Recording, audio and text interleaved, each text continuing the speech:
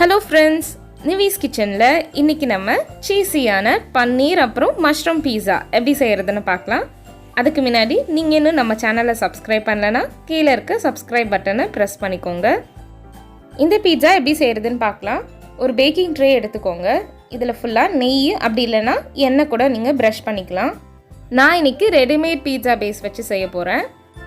Base உப்பாமல் இருக்கிறதுக்காக ஒரு ஃபோக்கால் இந்த மாதிரி ஃபுல்லாக குத்திடுங்க. இந்த பேஸ் கொஞ்சம் ட்ரையாக இருக்கும், அதனால் இதுக்கு மேலேயும் பட்டர் தடவிடலாம். இதுக்கு மேலே பீட்சா ஸ்ப்ரெட்டை அப்ளை பண்ணிக்கோங்க.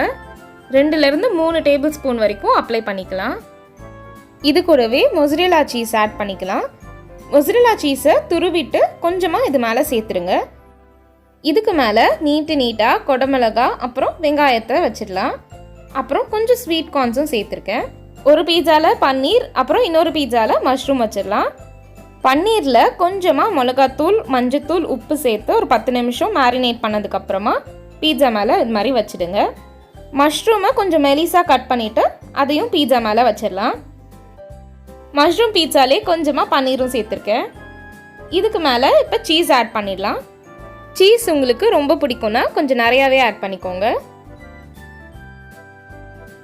கடையில் வாங்குற மாதிரியே பீட்சா இருக்கணும்னா கடைசியாக கொஞ்சமாக oreganoவும் பீட்சா சீசனிங்கும் சேர்த்துடலாம். உங்களுக்கு வேணும்னா சில்லி ஃப்ளேக்ஸ் கூட சேர்த்துக்கலாம். நான் யூஸ் பண்ணியிருக்க சீசனிங் ப்ராடக்ட்ஸ் எல்லாம் டிஸ்கிரிப்ஷனில் தரேன், செக் பண்ணிக்கோங்க. இது இப்போ ரெடி ஆகிடுச்சு. இதை அவனில் வச்சு குக் பண்ணிடலாம். நான் இன்றைக்கி ஆட்டோ குக் ஆப்ஷனில் குக் பண்ண போகிறேன். பீட்சாவை கிளிக் பண்ண உடனே 150 கிராம்ஸ் வருது. இன்னொரு தடவை கிளிக் பண்ணோன்னா 300, அப்புறம் 450. நம்மளுக்கு பீட்சா 300 கிராம்ஸ் இருக்கும், அதனால் 300 வச்சுட்டு ஸ்டார்ட் பட்டனை கிளிக் பண்ணிடுறேன். பீட்சா ரெடியாக 16 மினிட்ஸ் ஆகும். இந்த ஆட்டோ குக் ஆப்ஷன் இல்லை அப்படின்னா கன்வெக்ஷன் மோடில் குக் பண்ணிக்கலாம். கன்வெக்ஷன் மோடில் 180 டிகிரி வச்சு 10 மினிட்ஸ் அவனை ப்ரீஹீட் பண்ணிவிடுங்க.